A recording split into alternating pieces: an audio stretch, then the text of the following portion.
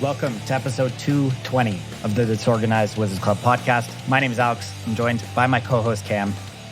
I made it. How's it going, Cam? I've had an exhausting couple days, but I'm here.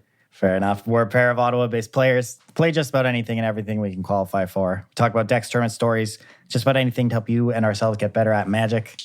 It's been Definitely a very busy week in both of our lives this past week. Not much time for Magic the Gathering, I got to be honest with you. Yeah, it's definitely been on the back burner of my mind, if even on a burner. I've been needing most of my burners. Yeah, the arena sealed open was this past weekend. I didn't have any time to play in it because I've been working. I think you mentioned that you shot a couple bullets into day one. Yeah, I wasn't planning on playing, but a few friends were also kind of on the fence, but when they wanted to play, so we ended up all just jumping in Discord, screen sharing, and sort of one by one playing through our events, sort of everyone focusing on, inputs on how to build the deck, inputs on lines to take. And then as the night got later, we all just kind of started playing like a second one at the same time. And, it was fun. It was like playing paper Magic again, like yelling at each other about how unlucky we are, yelling at each other about how could you make such a stupid play? You don't deserve to win this game, but you will because your opponent also messed up. Like, it was great. The good stuff. Oh, yeah. Hooked that right into my veins. Did anyone from the group manage to make day two? No. Of course not. But nothing has changed. Yeah, so none of us made day two. So yeah, really nothing's changed. But we all kind of went in with a defeatist attitude, I guess you could call it. Because we weren't so much concerned about the day two. I didn't expect a day two because you have to run pretty hot. You have to first you need a good sealed pool, and then you have to run hot. So I thought it was a bit maybe out of reach. And I was only going to spin once anyway. So with that in mind, the gem payout in best of three was so much better. So despite being not as easy to make day two, I just played most of us played best of three anyway to try and win back as many gems as we could. And I got close. I played two events and went 2 wins before getting my loss in both of them. So one more win in either, and I would have been positive gems on that run. But yeah, it was a ton of fun. Yeah. My first deck was red-white, flashing green for a Maya, because that card's just nuts. That card is very good, yeah. But it was just like a generic, like red-white. I think I had a Showdown of the Scalds and something else, a Doomscar maybe. So like a pretty good red-white deck. But And then my other one was, the pool was all over the place. I ended up having to play Abzan to have enough playables, but in order to have enough snow lands, I also incidentally played 5 or 6 blue sources. So I also played a Vega that I had just because. So also got 2 wins with that somehow. But that happened a lot. This format felt like there was more volatility than a normal sealed format because first you have to open good cards. And then even if you do open good cards, some of those good cards will be snow cards. And you also had to have opened snow lands in the colors of those cards in order to have a somewhat functional deck that isn't 4 or 5 colors. So the opponents who did have good cards and snow payoffs and open snow lands in those colors, they just seemed to steamroll you. And everyone else was fighting to fit 3 colors in to enable different things. I don't know. It just felt a bit scattered. The sealed pools you don't get you usually in sealed don't get as much cohesion as you do in draft, but in a format where you need to pick lands so highly to enable things, it seems like that's exacerbated. Yeah, I can see that. Well, I didn't end up playing too much of the sealed format. I think I played a couple pools early when the set came out, and then I did mostly drafts after that. And those problems obviously don't really come up as often in draft when you can pick your cards. Yeah, for sure. But I did enjoy the format a lot. I haven't been playing limited consistently in a really long time, but I've definitely played it in this set more than any set over the past couple of years. Yeah, this one's good. I've actually I jumped into learning draft and have stuck with it. I haven't really been paying attention to standard. I've been really enjoying this draft format. Yeah, it's been fun for sure. But speaking of tournaments, we have an announcement to make. The DWC Organizational is returning next Sunday, March 7th, the thing everybody has been waiting for, clamoring for, the next DWC event. It's our Kaldheim Standard Championship. We're going to stream coverage of the entire event starting at noon Eastern on Sunday, March 7th. The event is free, like they always are. You can find the coverage on our Twitch page, twitch.tv/Disorganized Wizards Club. Signups are open on MTG Melee. We'll have a link to the event in the description of this episode, as well as on all of our social media pages. And you'll be able to find it right on MTG Melee. The Wizards Tower, the number one sponsor of this podcast. Check them out, wizardtower.com. Have also sponsored the event, providing store credit for our top 8. And as well, we are providing a booster box of Kaldheim for first place, like we do for all of our other organizationals, based on the set that we're holding the championship for. It's going to be a really great event. I'm looking forward to casting this standard format, which seems to be evolving every single week with new decks picking up in popularity. It feels super diverse. There's so much going on. It's going to be a really fun time. I'm excited. This standard format has just continued to impress. Like, I believe I said on some previous episode of the podcast that I was a bit worried that like blue-red Goldspan seemed dominant in the first few days. But then the meta diversified into like the 5 decks that it was at the beginning. And then it shifted again, and then it shifted again. Like Sultai Yorion showed up, and now Mono Red has showed up, and then a Naya variant was... Well, people were experimenting with Naya, Showdown of the Skulls Adventures. And now sort of a new combo-ish variant has showed up. Like Cycling is back. I thought Cycling would just be dead. I thought that was a small set deck, but apparently not. Yeah, Cycling definitely not a deck I expected to make a resurgence, as it isn't a deck that's going to gain really new cards at all outside of mana, right? Yeah, maybe it gained when Uro got banned and people stopped needing as much graveyard hate. It just took a while for people to realize that meant that Cycling's nuts. Because if you don't do anything to hate that deck, it just Zenith Flares you and you die. It doesn't really matter what you're up to. Yeah, the notably the version of Cycling that took second place at the SCG Kaldheim Championship this past Sunday is it's Jeskai, but it's not. It doesn't look like it's playing off-color Cycling cards. So all of its cards are actually castable in the deck, and it's also playing Improbable Alliance as just another way to win the game outside of your pure Cycling threats like. Flourishing Fox, the other creatures, and the Zenith Flare. So I like that. That seems pretty cool. I assume that Jeskai Cycling decks were doing similar things before, right? With Improbable Alliance. It's been so long since I've seen one of these deck lists. Yeah, I'm pretty sure they had been. Yeah. Yeah, just to diversify their win cons a bit. Because that card's also like very hard for a lot of decks to deal with. Mm-hmm. It's like really good against aggressive decks too. You just get a free blocker every turn as you play your game. Yeah. 2 blockers if you line it up well. But I guess like the real story of Standard this past weekend has been the complete resurgence of Mono Red aggro. The new face of Mono Red is the 4 Frostbite, 4 Faceless Haven, Snow Red. No new creatures, just the same, same Mono Red creatures we've been seeing this deck play for a little while now. And I'm actually pretty surprised to see this deck make such a resurgence, because I feel like it's been held down for so long by the popularity of Bone Crusher Giant and Lovestruck Beast in the format.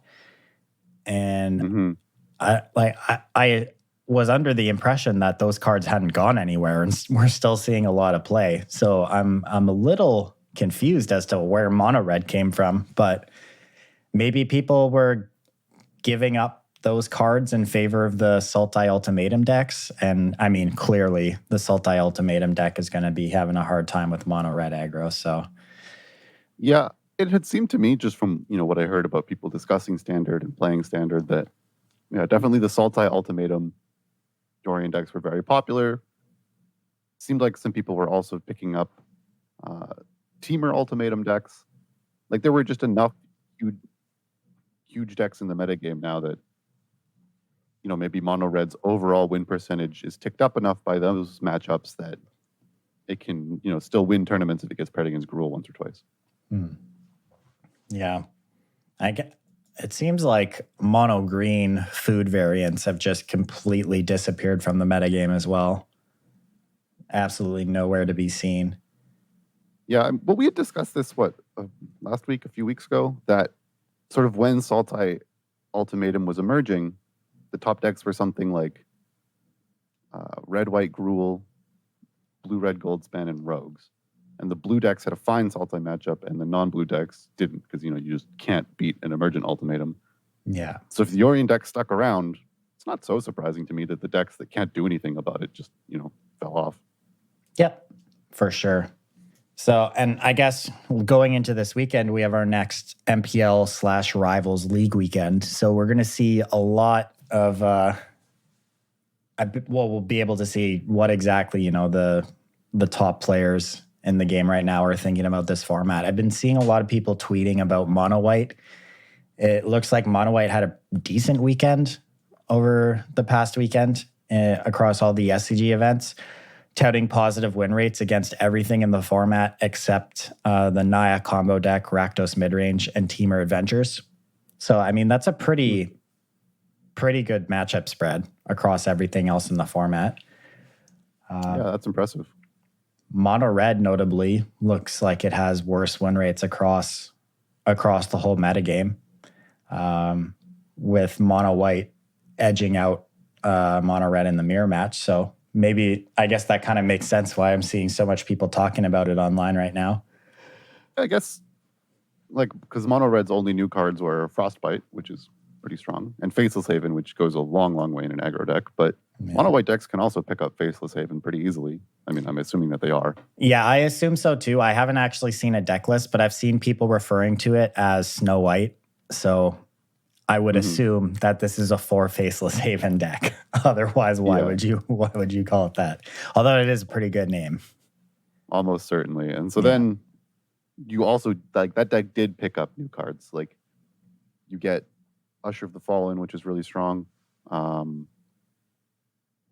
Maybe it just comes down to the fact that, Embercleave is a bit slower than Maul of the Skyclaves. I don't know. Those cards have always felt very similar to me, and sometimes Maul is incredibly impressive. What's Red supposed to do against Seasoned Hollowblade into Maul of the Skyclaves? Are they fast enough? They can't kill it.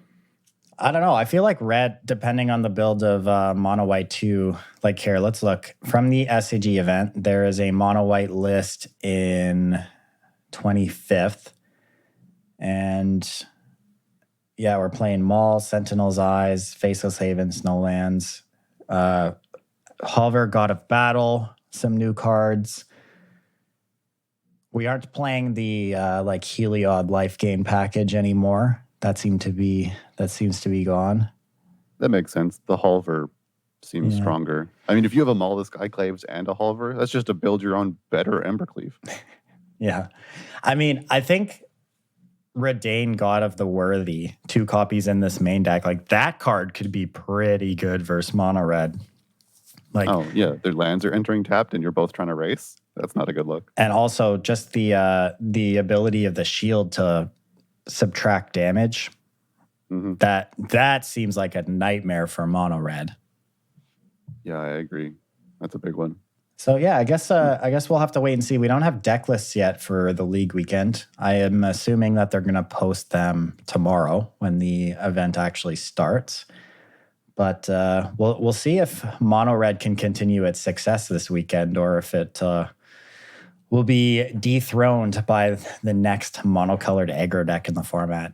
Only time will tell. We'll get to a ton of interesting metagame information leading in to the most important tournament of the year, which is the organizational next weekend. So yeah, I really hope that Mono Red continues to do well this weekend, just so I can grill friend of the show P Sams and ask him how Mono Red's doing well if WotC doesn't print good red cards.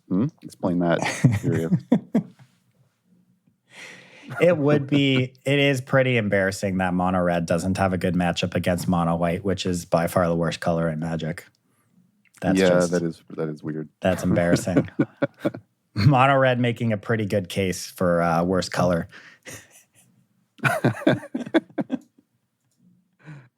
Yeah, all right, fair enough. Yeah. Okay. So there were some other announcements from WotC recently, some sort of, I guess, promotional announcements, like they're not spoilers, but anyway, they announced some new products. That's something I didn't actually read the announcements, but Universes Beyond is going to be a crossover or include crossovers with Lord of the Rings and Warhammer 40K. I assume these are similar to what they did with Godzilla in Ikoria, or are they going to be more like the Walking Dead stuff they did? Do you know? So based off the article, the sets that come out they're not going to be standard legal. They're going to be their own thing. And you referred to the Secret Lair Walking Dead. That set, that Secret Lair looks like it's going to be grandfathered into the Universes Beyond umbrella of products. Okay. So they're saying they do occasionally do associated Secret Lair products related to a main release, like the Secret Lair Godzilla Lands or the when Ikoria came out. And there will be occasionally standalone products like The Walking Dead, but the intention is to typically make Universes Beyond as available as any other Magic product. So they're not necessarily going to be, the limited edition Secret Lair stuffs. Okay. They're going to be as accessible as, a box of Kaldheim, anything like that. But they do mention in the article that the Universes Beyond cards won't be standard legal, but they don't make any reference to what formats they will actually be legal in.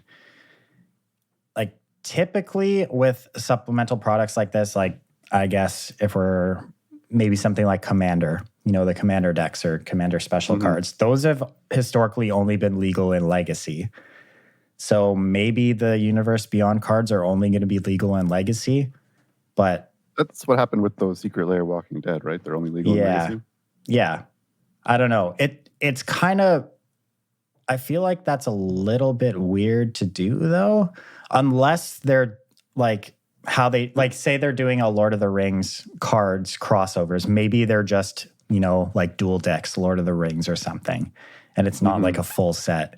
Because it would feel weird if they did a whole set of cards for something like this and made it only legal in a format that not really anyone plays.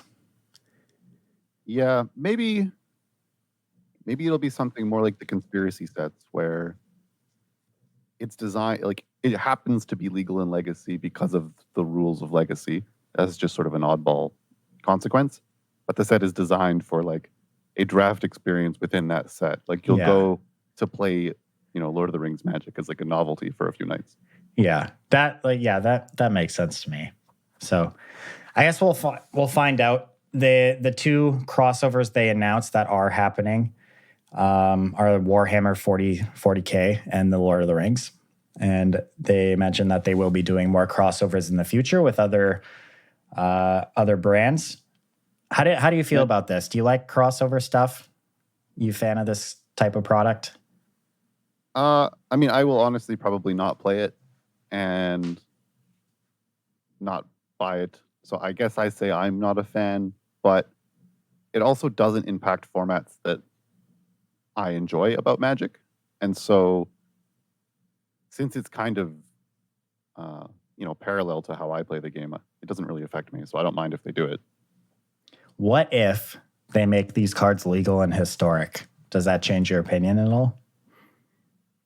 Yeah, I don't know. Probably not. Historic or, yeah, I'm not sure. It also, so I think, and maybe that was wishful thinking when I suggested, I think if they're designed to sort of be standalone, like, you go to play a Lord of the Rings event, it's like some limited format, you use those packs, then I think I'm fine with it. Like if that's how they want to market, if it wants to be like a novel experience, some sort of new kind of curious way to play Magic that's inspired from and themed around something else, fine. But I guess like from a lore / immersion point of view, if they start trying to mix it into the like Magic universe as if, it's like another plane or something, I feel like that would be very strange. Yeah. From what I gather reading this article, that isn't what they're going to do. I would actually love to play in like a limited Lord of the Rings GP. That would be fun to do one time. Yeah, see, that actually kind of sounds sweet. Like, have a few events, make it a thing, but like it's just that. It doesn't bleed over into like, you know, I'm playing my Jace the Mind Sculptor Aragorn deck. Like that seems strange to me. In Commander, you could do it. True. Aragorn is your commander. I don't know. As like probably the biggest Lord of the Rings fan in the DWC, I don't know. I'm not like particularly excited about it, but I mean, like I said, I will if they do have in the future like a Grand Prix for this set or something like that. That is something I would actively try to attend because that seems like fun. But when it comes to supplemental sets like this, like you mentioned Conspiracy, or I guess another one they did was something like Battle Bond. Those products have never really appealed to me. So I guess we'll just have to wait and see what kind of direction these products end up going. But yeah, I don't know. If like it could be interesting if they do like depending on the set, if they put it into historic, so we could actually like play with the cards in a digital format that's accessible. Or did some like maybe a master's versions of the set or something, so they don't put in all the cards, but it's just some of them. That could be interesting. But I mean, maybe even if they got added to historic incidentally as like, there's a weekend where like you can play Lord of the Rings drafts and like its sort of individual thing is on Arena for a while. Maybe in lieu of paper GPs or in addition to. Yeah. I don't know. I've seen a lot of like split takes on this kind of stuff. A lot of people really excited about, crossover products and seeing some of their favorite, fantasy worlds displayed as Magic cards. Some people really hate it. So I don't know. Yeah. Okay. So I don't want to say I hate it. And the more that I think about it, the more I think it's actually probably fine and pretty smart of WotC to start doing this, because like for years now, there's been online communities dedicated to custom Magic cards. Like, look at my custom cube I built that's like in the Transformers universe, or look at my custom cube that's in whatever fandom universe, or like look at these cards that depict pop culture things that I try to design. What do you think? Like, these have been communities online, and like clearly the format of Magic, its rules engine and templating, like allows for this creativity, and there's a desire for people to do it. So if WotC wants to use their wealth of Magic design experience and their resources to make a format that captures that sort of desire to see other fandoms represented in Magic, but also keep the Magic play experience good, then sure. That, is not something I had thought about, and something I would actively purchase. If like the Lord of the Rings set was just a cube I could buy, and so I could just replay Lord of the Rings cube, that sounds like fun. I would do that. And I don't really play cube at all. I don't have a cube. A former co-host on the show, Mike, has invited me to play cube a couple times, and I've always enjoyed it, but it's not something I've ever pursued to build or undertake myself. But I mean, if it came out as a product, it's just a pre-made cube and all the cards are Lord of the Rings based, like that's cool. I'd probably buy that. That sounds like fun. Yeah, maybe you'll be able to make a cube from the set. I'm not sure how many cards are going to be in it, but Yeah, I'm sure. Yeah, you could even just do it based on the amount of cards. So yeah, you could take like all the rares from the Lord of the Rings set and then supplement it with, maybe a few generic artifacts and stuff in order to round out the card count for Magic history and have Lord of the Rings cube. Yeah, it could be cool. I don't know. Like, I kind of understand some of the community sentiment about this stuff, about with all the crossovers and feeling like these products are all just, empty money grabs and, that sort of thought around it. But I don't know. Like, at the end of the day, I feel like the majority of the players that are upset about this kind of stuff are, the competitive players in the community. And like, when you really get down to it, the competitive scene isn't what makes WotC the most money, right? That's true. Like, it's the casual scene. It's the special products, I can't remember where I saw it, but I'm pretty sure Wizards of the Coast like made an insane amount of revenue this past year. And this past year, they've done more, weird supplemental products like the Secret Layers than they've ever done, right? So, I mean, clearly this kind of stuff makes them money. And I don't really understand the argument that these special products hurt the game in any way, unless they're, absolutely ruining something like Legacy. But, at the same time, like, does that really matter? I don't know. I mean, haven't we heard people express opinions that like they're upset Legacy is being changed by normal Magic cards? Like they don't like how impactful recent normal Magic sets have been on Legacy. Yeah. So if you start impacting Legacy with wacky Magic sets that don't feel like Magic cards to people who have been playing for 20 years, then yeah, I mean, I understand perhaps not liking that. Like there's something that you've grown to enjoy for so long the way it was, and now it's just being shaken up by these things that feel like they're not part of, your hobby. Yeah, I guess I can understand that. But I don't know. I guess while some people might cringe to hear that, Gandalf Control is the best deck in Legacy, I don't know. I think that's kind of cool.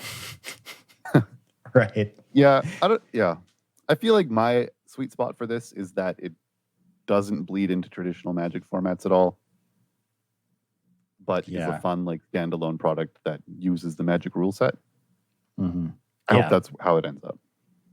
Yeah. I mean, like, regardless, I think it's safe to say that these cards will be Legacy legal. There is a pretty high bar for being playable in Legacy. Well, actually, is there a high bar for being playable in Legacy? Because some really weird shit shows up in that format sometimes. Maybe saying the bar is high is the wrong way to describe it. The bar is somewhere in the middle, but it's a very weird shape. It's like that Japanese game show where the foam walls come at you and you have to stand in weird poses to fit through the holes. Yeah. Yeah. So you don't necessarily have to be, that powerful on the scale to get over the bar. You just have to be a weird shape and just high enough. So I don't know. But at the end of the day, these products are kind of cool. I'm very interested to see what kind of direction they go. If it will be, that a cube, a full set, just like dual decks or something like that. I don't know.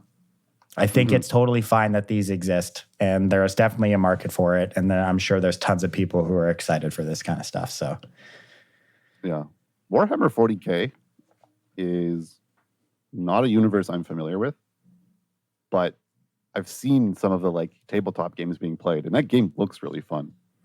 Yeah, I never had a chance to try it or get into it. I am in the same boat. I've never played a game, no idea how it works. I've seen the figurines all the time at various game stores. I've heard the game is incredibly expensive to get into, but then again, so is Magic. So it sounds like they were made for a crossover. I think it's way more expensive than Magic, and it's definitely more time consuming. Because if I buy a pack of Magic cards, I don't have to go home and paint them so that I don't get made fun of by my friends. Yeah, very true. But it just looks like tabletop StarCraft. Like they have rulers and different like radius markers and stuff, and you just like take turns. Yeah, it's just like a turn-based strategy game. Like these units can move like 2 inches on their turn, and then if these things shoot, you have like a little plastic circle, and like that's how big the hit radius is, and like you just fight each other. It seems sweet. Sounds like a game I'd rather play online, to be honest. Yeah. But I think it's really old before computers can handle it. I don't know. Yeah. I'm sure the technology exists today, though. maybe it does exist online and we just have no idea because it's not a game we actually play. Not something we're into. Yeah, it could be. But man, speaking of Magic cards and paper Magic cards, I don't know if I'm ever going to buy any more. I just had to move. They're so heavy. Why do I have so many? Dude, I don't know. I don't look at them. I never touch them. Yeah, mine just sit in my drawer beside me. Yeah, even when I was playing paper Magic, I would have like a small box of, rares that are in standard that I would rifle through constantly. And then there was just like cases behind me that I never touched that I really need to sort through them. But anyway, yeah, I did move. Here's my crazy moving story. All right. Which is why I haven't been keeping up with Magic so much the last week. I had thought I was moving today. Okay.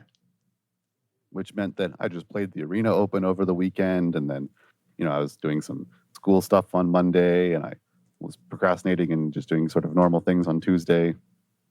And then one of my new roommates contacted me and said, "So, like, what time do you want to start on Thursday?"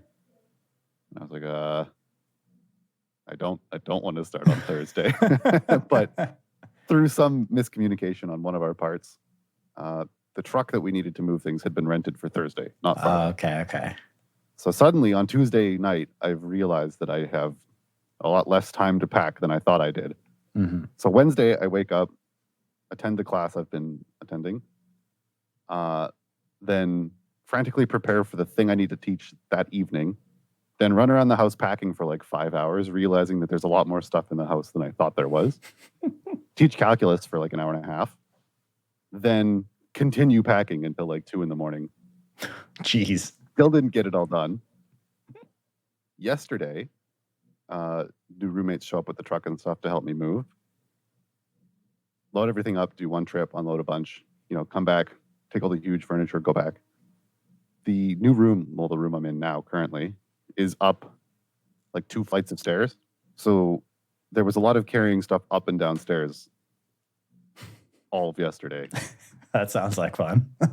And the top staircase is like really narrow. The like ceiling's low. So is Tetris on top of it all. So I am just like absolutely exhausted from this whirlwind of like 2 days trying to move. And still not all my stuff's upstairs because I like barely got my computer up here to set it up so that I could record this right now before just like passing out last night.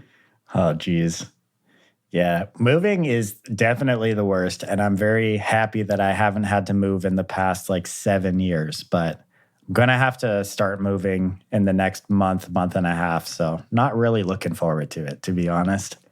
I would have killed to have a month and a half to move instead of the day and a half I realized I had. Oh, yeah. Yeah, that sounds pretty brutal. Yeah, I'm not even done.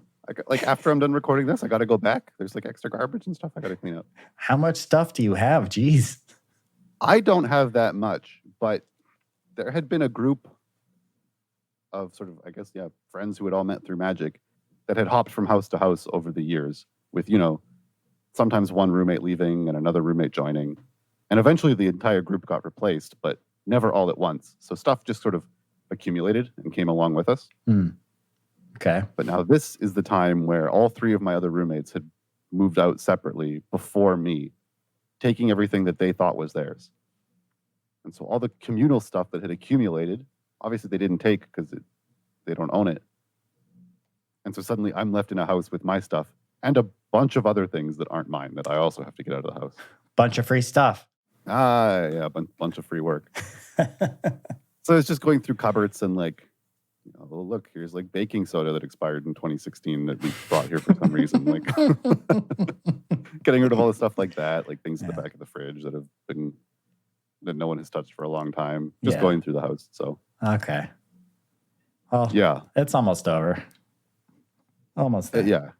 If I had had a little bit more time, would have been fine.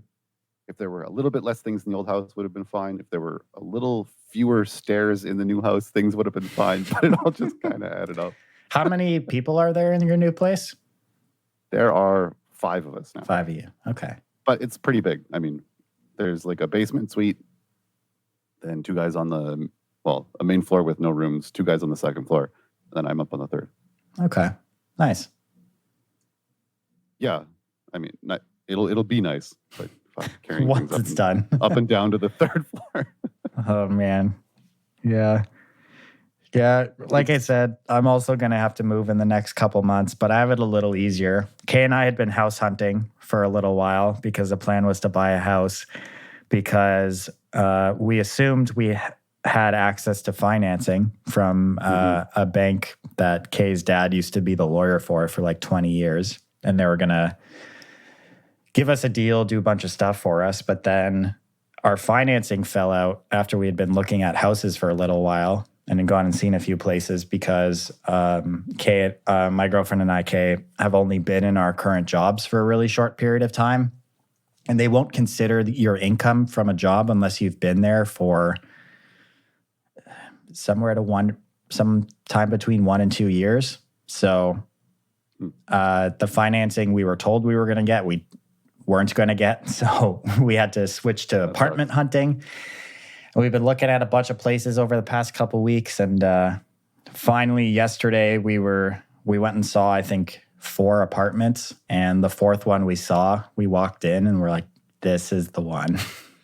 So nice. Found a really nice spot that's basically a block away from my work. I can walk there, and my new job, actually. That's another thing. I have 2 jobs now. Went from unemployed for 4 months to having 2 jobs over the past week. So been super busy. But yeah, our new apartment is a block away from one of my my jobs, the one where I'll be working mainly full time. And it's right downtown Ottawa, which is a great spot to be. And because of COVID and stuff, we wanted a move-in date of May 1st, but they just are giving us the keys on March 1st, and we have 2 months of free rent. So we'll just have 2 months to like slowly move our stuff over whenever we have time. So no rush at all. Yeah, that's super nice. Yeah. I'm excited too. Like, it's a 1-bedroom apartment, has in-suite laundry, new stainless steel appliances, got a dishwasher. The living room is huge. We have a little balcony. It's a nice spot. I'm excited. That's hype. Laundry and dishwasher is like peak luxury. Yeah. The building has like a rooftop patio as well that has a grill. So you can go up there and have little get-togethers, which is cool. Oh, that is hype. Yeah. It's a nice building, relatively new. So it's just I've been living in my own little like fantasy land when it comes to the amount of rent I've been paying over the past 7 years because I've been renting from my family. So yeah, I haven't I think anyone in Ottawa who's been renting at the same place for that long, like if you have a lease, landlords can only increase the rent by so much per year. And rent prices in Ottawa have like jumped up quite a bit, so that like if you signed a lease that long ago and it increased even as much as it could, it would be very cheap by today's standards. So yeah, anybody who moves after too long in Ottawa gets shocked. Yeah. Yeah. So I will be paying significantly more than I'm paying right now, but I am going to be making significantly more money than I was making previously. So when you had no jobs? When I had no jobs, and also when I had my previous job. So, it'll still be affordable. But yeah, I think our rent at the new place is $1,600 for a 1-bedroom, plus like parking fee as well. So it's still like not too bad for a 1-bedroom at that location. It's like reasonable. I'd say. Downtown Ottawa for like a nice 1-bedroom. Yeah, that's like probably about what I would expect. Yeah. And if you're splitting it between 2 people, that's exactly. So like we're splitting it, so it's actually not too bad at the end of the day. Mm-hmm. Yeah, I'm very excited to move out there. It's going to be fun. Yeah, that sounds sweet. But yeah, it's been so weird going from not doing anything aside from playing video games for like 4 months to now just working literally every single day. Yeah, it's a big change. Yeah, I have like 1 day off a week now. It's working a lot, but it's good. I got to start saving money again. Oh, big changes. Yeah, man. Stuff's been happening. How are you going to fit in your World of Warcraft raids? So I made sure to take those nights out of my availability at both my jobs. Important. So we can still make that happen. That's a good work-life balance. Yeah. I got promoted to an officer in my guild a couple weeks ago as well. Ooh. So, what does that entail? Moving up in the world of Warcraft. What does it entail so far? Well, I have access to a private officer guild chat where we dunk on people that we've invited to pug raids. And All right. I don't know. I got a little Discord officer title now, and an officer title in game for my guild. So hasn't really required me to do anything as of yet. Just comes with my fancy title. Wow, that seems like a all plus. Yeah. Yeah, it's pretty cool. Another funny story from, so it happened during my hectic moving days. I mentioned that there was a brief window in there where I taught calculus for an hour and a half. Mm-hmm.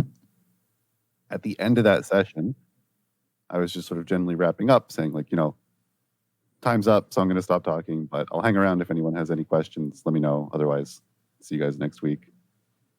And one student types in Zoom chat, "How have you been finding the new Kaldheim set?" And my first thought was that was an incredibly lucky question to ask. Most people wouldn't know what you're talking about. But I just answered. I said some stuff about how I've been playing limited and liking it. And then I was still really curious, like, well, how is this student knowing? And I immediately looked at my Zoom camera to see if there was any like magic cards or magic symbols or stuff like behind me. And there wasn't. So now I'm getting even more confused.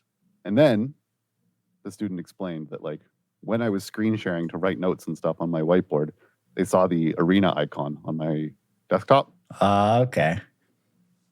And they said they had been curious to like ask me about it since the first DGD, the first class. Nice. Because they had just seen the icon there. And then it all clicked. And I was like, oh. Did you do some DWC promotion? I didn't. I felt like that would be a missed opportunity. An inappropriate time to plug my personal podcast. It's never an inappropriate time to spread the good word. Oh, man. All right. So, yeah, busy weeks for us this past week. Honestly, I don't have too much input to talk about Magic because I've been off of standard with everything going on. I would like to be able to say some stuff about the metagame leading into the league weekend, but I just don't know. I just don't know. We did touch on it a little bit earlier already as well, but I am definitely interested to see how the metagame evolves again this weekend because, like I said, it's been evolving from week to week. Decks that were really popular early on have pretty much entirely disappeared from the metagame. And we have new archetypes picking up in popularity from week to week. So I hope that we can continue to see this kind of churn from week to week in the metagame and it doesn't, get a little bit stagnant like it did last format. But it's definitely sweet when it's churning like this, but it also means that any sort of discussion or attempt to predict like coming metagames, like if it continues to churn this way, a lot of these decks are sort of like Mono Red isn't new, but it's new for this format. So that means that you kind of have to have some creative spark, some idea for how you can attack a metagame and play something that hasn't occurred yet in Kaldheim Standard to do well next weekend if you expect things to keep changing in the same way. Maybe you don't. Maybe you expect that one of these decks that fell out of favor will be good next weekend. But it seems like with the rate things have been changing that it's probably not going to be just, card for card, one of these lists that we just talked about doing well this weekend. That'll be good for the organizational. But we'll touch on it more next week. Maybe I'll take some time, play some standard leagues or something with some of these decks, get a feel for some matchups so I can talk a bit more informed on the episode before the organizational. Yeah, we'll have a lot of good data to go over post the league weekend next week leading into the organizational so we can get a really good look at what's going on in the metagame. Make some predictions for the biggest tournament of the year so far. Oh, yeah. Yeah. It's been a while since we've made some predictions and seen how we did. Yeah, I mean, I'm excited. It's been a while since our last event, and they're always so much fun to cast. And people seem to love playing in them, so I'm really excited for this next one. Yeah, me too. And speaking of, okay, one sec. We didn't say that we changed verses yet, did we? We didn't. We're gonna get there, but you can talk about that now. I was just going to segue into it. Yeah. Yeah. And speaking of content designed around understanding a standard metagame, DWC Versus has had some rocky appearances over the past while.